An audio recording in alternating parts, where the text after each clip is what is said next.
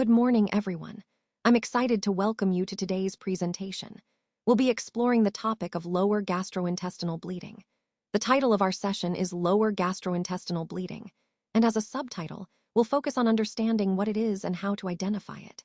In this presentation, we'll cover the key aspects, including definitions, causes, diagnosis, and management. So let's get started and dive into this important subject together. Let's talk about internal hemorrhoids, which are often called piles. These are swollen veins inside the rectum that can sometimes cause painless bleeding after defecation. You might hear it described as a flash in the pan, because the bleeding is usually sudden but not always continuous. When these bleeds occur, they can lead to anemia if they happen repeatedly. The source of the bleeding is typically the superior rectal vein, which drains this area. To investigate these hemorrhoids effectively, proctoscopy is considered the investigation of choice. This allows us to visualize the internal piles directly. Now, regarding their location, we classify piles into two main types based on where they are. The primary piles are usually found at the 3, 7, and 11 o'clock positions when viewed with the patient in the lithotomy position. Secondary piles are located at other positions and are generally considered less common. We also grade hemorrhoids based on severity. Grade I are those visible only during proctoscopy, meaning they haven't prolapsed out of the anus. Grade II hemorrhoids prolapse out but reduce back spontaneously. Grade III prolapse out but can be manually pushed back in. And grade IV are prolapsed out and cannot be reduced manually, often requiring more invasive treatment. Speaking of treatment, for grade I and IV piles, hemorrhoidectomy is typically recommended because these represent the least and most severe cases, respectively. For grade II, less invasive procedures like banding or cryosurgery are effective and preferred. Understanding these classifications and treatments helps us tailor the management for each patient, aiming for the most effective and least invasive option whenever possible. Diverticular bleeding is actually the most common cause of lower gastrointestinal bleeding. In fact, in the Western population, diverticular disease stands out as the leading culprit.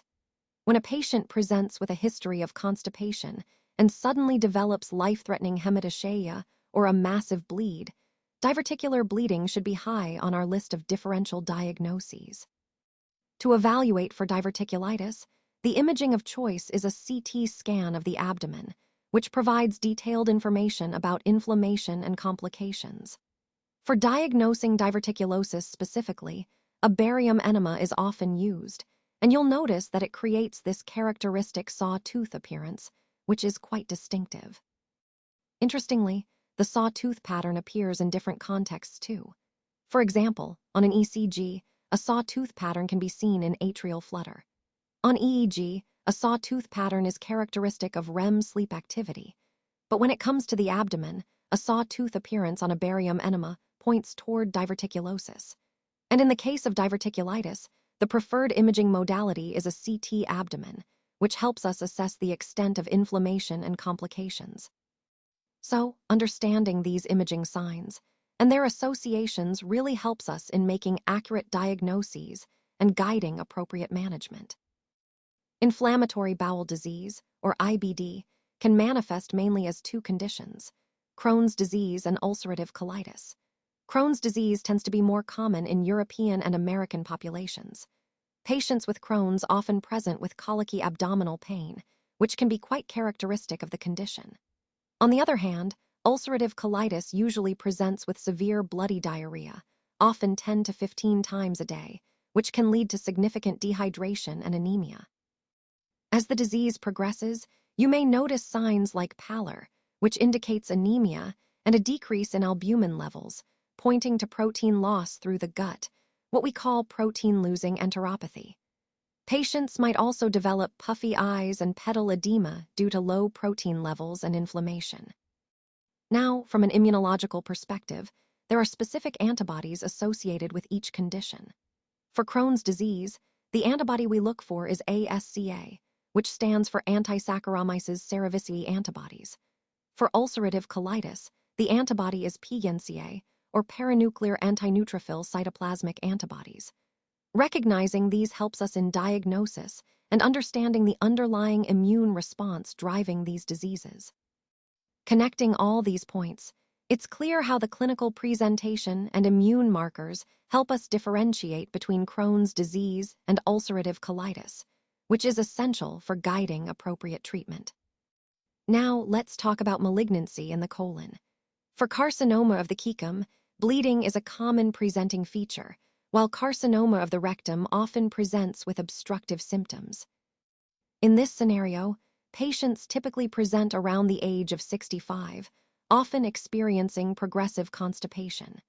It's important to note that about 1/3 of patients at the time of diagnosis already have liver metastasis, which significantly impacts prognosis and management.